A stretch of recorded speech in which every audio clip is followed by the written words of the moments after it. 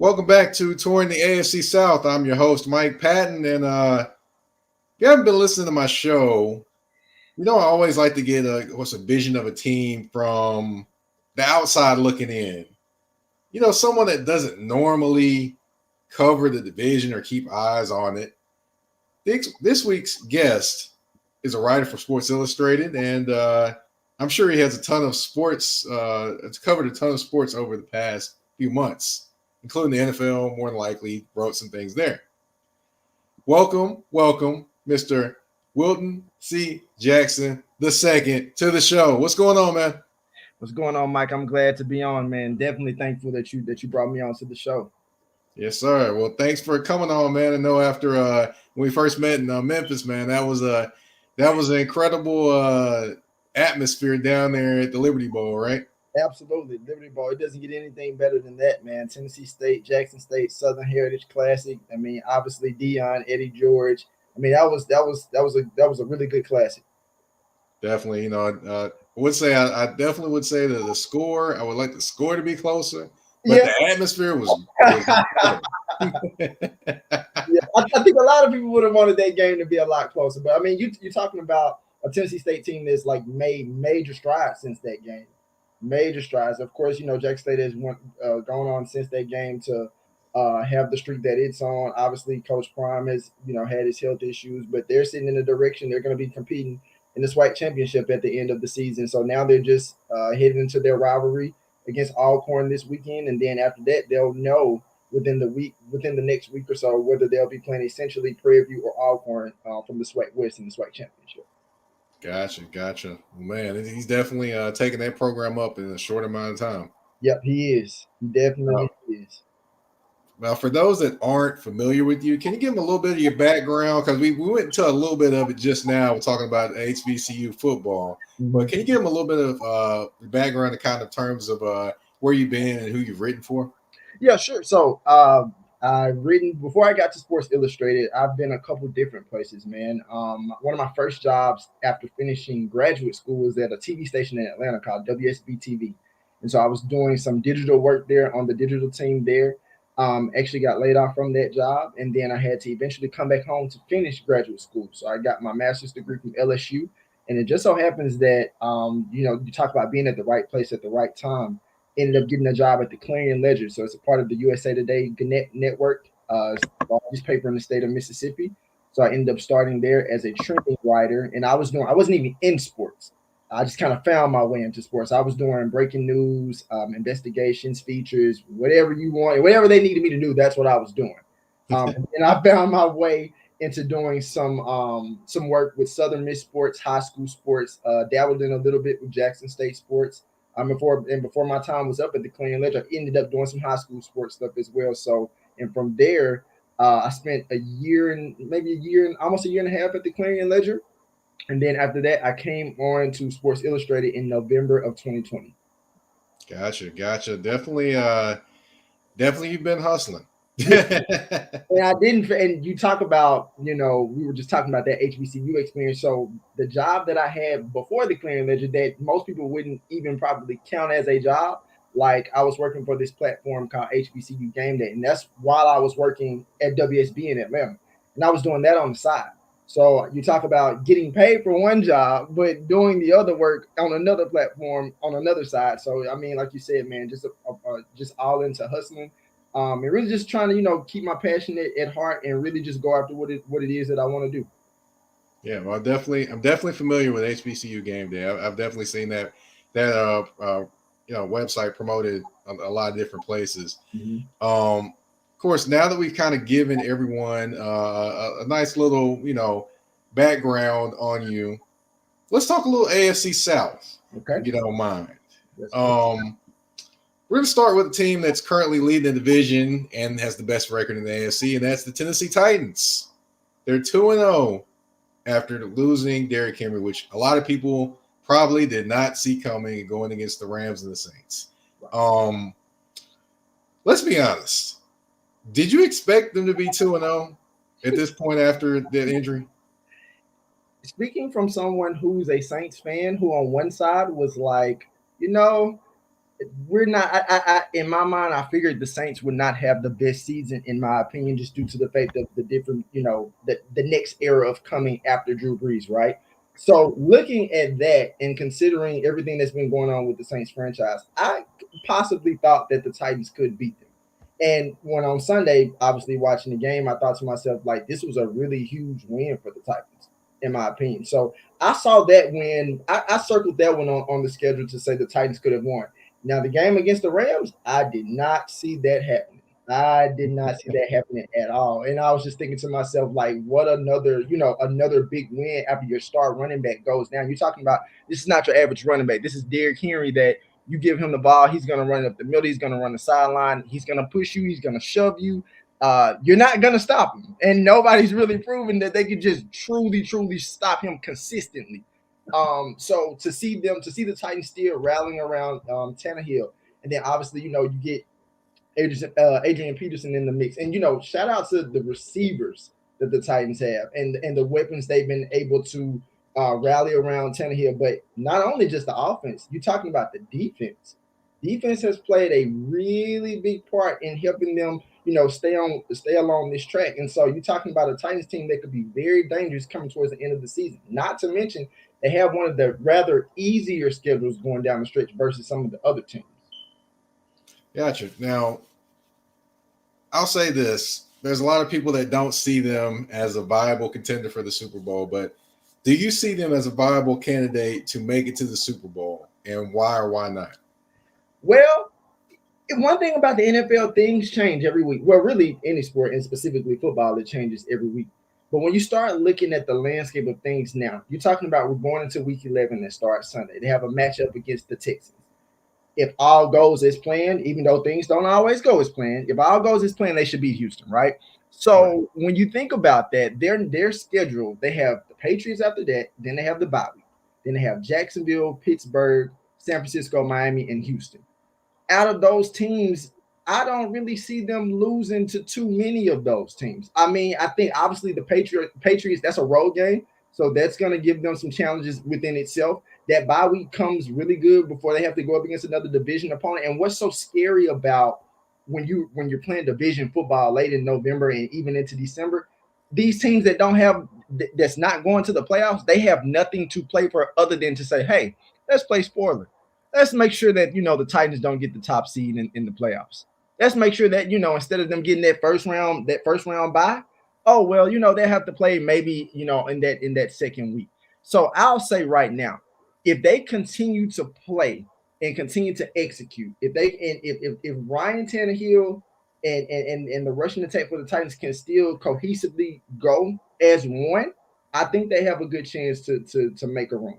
However, it won't be easy. It will not be easy. Like I have to say that really clear. It will not be easy. Talking about, you got the Titans at 8-2, you got the Ravens and Bills at 6-3, you have the Steelers at 5-3. And we could talk about the AFC West all day. You got the Chiefs at 6-4, you got the Chargers at 5-4, the Raiders at 5-4, and the Broncos at 5-5. So it's like anything can happen and change at any point in time in the next several weeks. But I think that if it was ever a time right now, looking at the trajectory of the schedule right now, I think the Titans could make a run. Oh, okay. I'm pretty sure a lot of Titans fans will definitely love to hear that. But, of course, let's move on to another AFC South team, and, of course, with postseason aspirations, and that is the Indianapolis Colts. Of course, it seems like they're handling business, beating up the teams they're supposed to beat. Do you see them making the playoffs? Now, we'll say they're currently 5-5 in the next two games against the Buffalo Bills and Tampa Bay Bucks. They also have to see the Cardinals and the Raiders coming as well. So do you kind of see them making the playoffs based off of those facts right there? Similar to what I just said about the Titans, and I'll say this about them: we're going to learn a lot about the Colts in these next couple of weeks, specifically on Sunday and the week after that. I think a lot of it is going to have to come down to, okay, are they going to be consistent in terms of playing efficient football, obviously, over these next several weeks? But in terms of looking at the impact of certain players like Jonathan Taylor, right? He's having an incredible year. I think that as long as he's still having that ability to, to have his impact on the ground game, they can go as far. In my opinion, I think they go as far as he goes.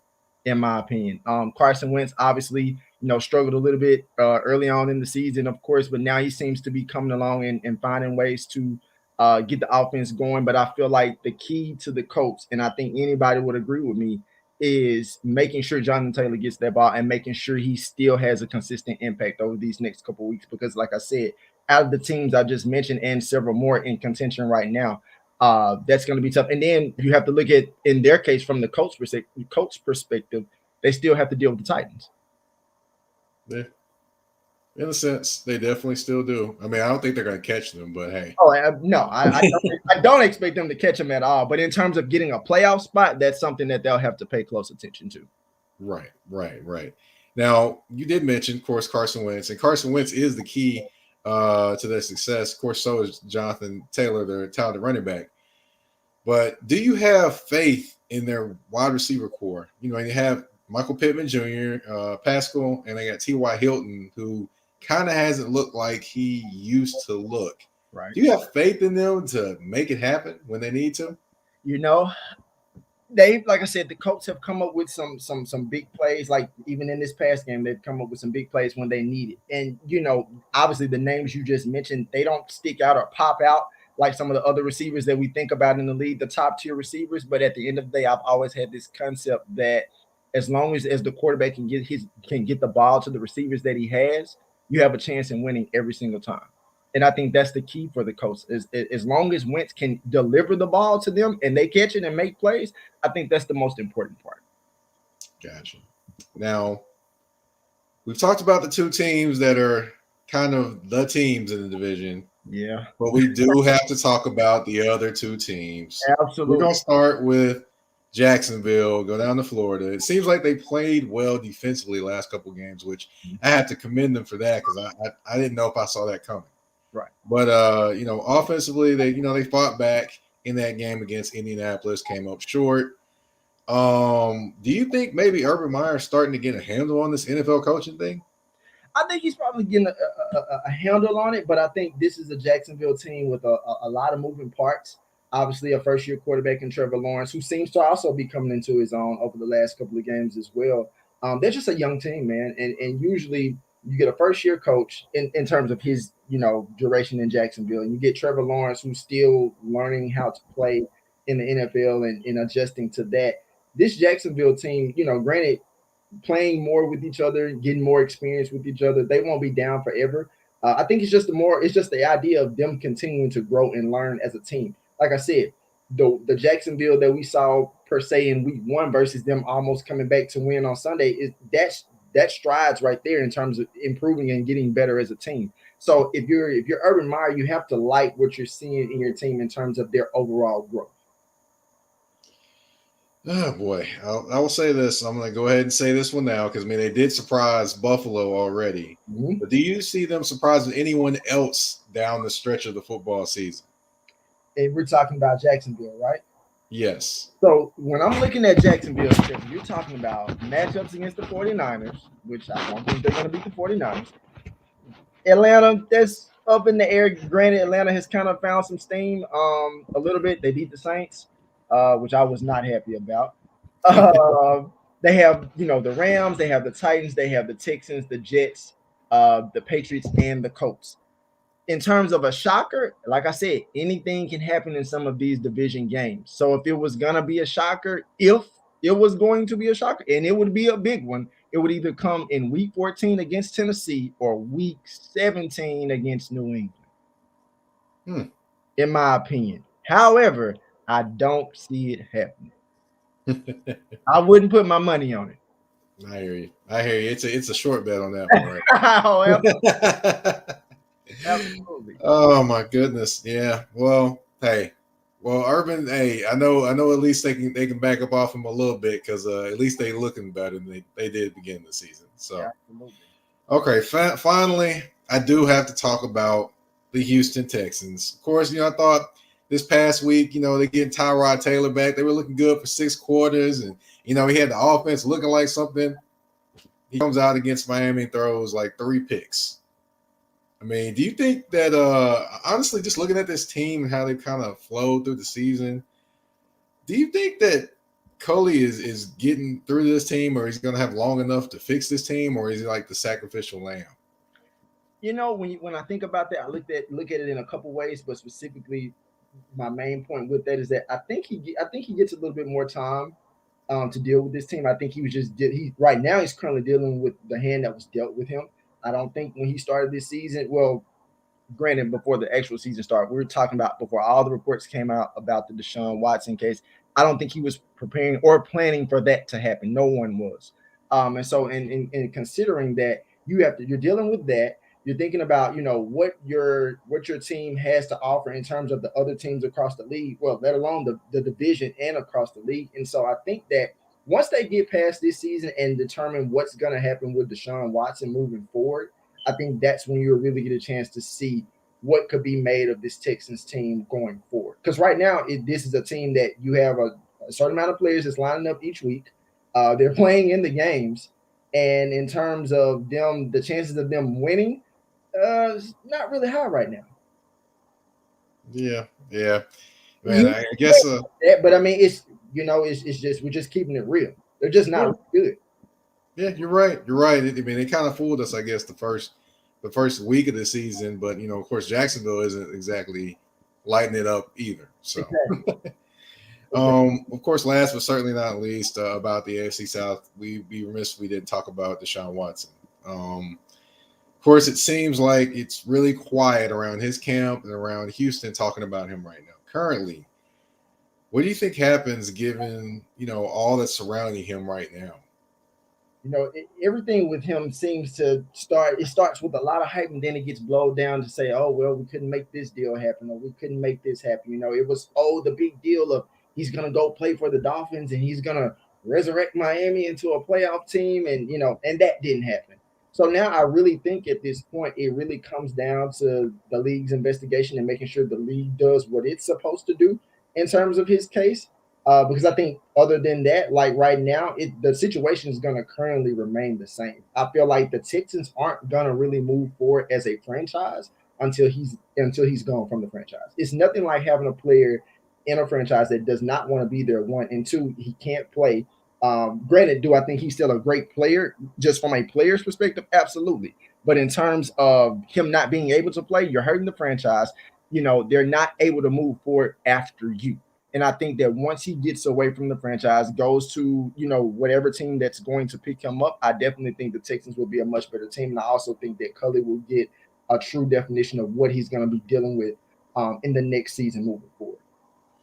Gotcha. Yeah, it's definitely one thing. I've had a few guests come on and talk about Deshaun Watson, and I definitely don't. I definitely didn't see any of the trades happening. I mean, there's a lot of hot air to me, and honestly, I don't see any of this moving forward until any cases are resolved. To be honest, and one thing I did look at as well is that Stephen Ross actually.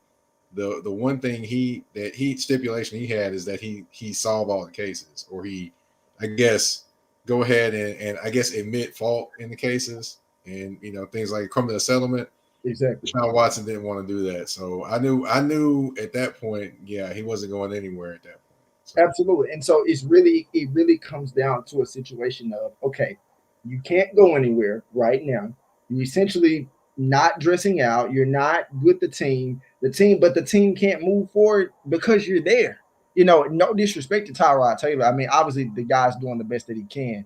But at the same time, it's like, let's be real. Like, he wasn't a starting quarterback, when Deshaun Watson was starting as the quarterback. So it's just, when you think about that, it's just like, okay, how do we move forward? Like, and then you look at the division and the teams you're playing against. We just talked about them. The Titans and the Colts alone, like these are two teams in your division that you have to see twice a year. You're not going to be beating those teams, even, what I mean? Like, you're not going to be beating those teams right now. So, and if you're not beating your teams in the division, and then considering other teams in the NFL, it's just going to be hard to win. That's true. Now, of course, last but not least, I couldn't let you get on out without talking a little bit about what you do. Of course, writer, reporter. did some podcast work. I read up on you, man. I did my homework. Let's see. What advice do you have for anyone aspiring to do those things that you do? Man, I think the biggest piece of advice would be to definitely stay humble. One, two, be willing to learn as much as you can. I think that's the greatest piece of advice that I took from when I did this program called the Sports Journalism Institute. And the program leaders that put together that program, I remember one of the leaders saying, like, for the lack of better words that I can say on this show, he basically told us that we didn't know anything, but it was another word that he used in between that.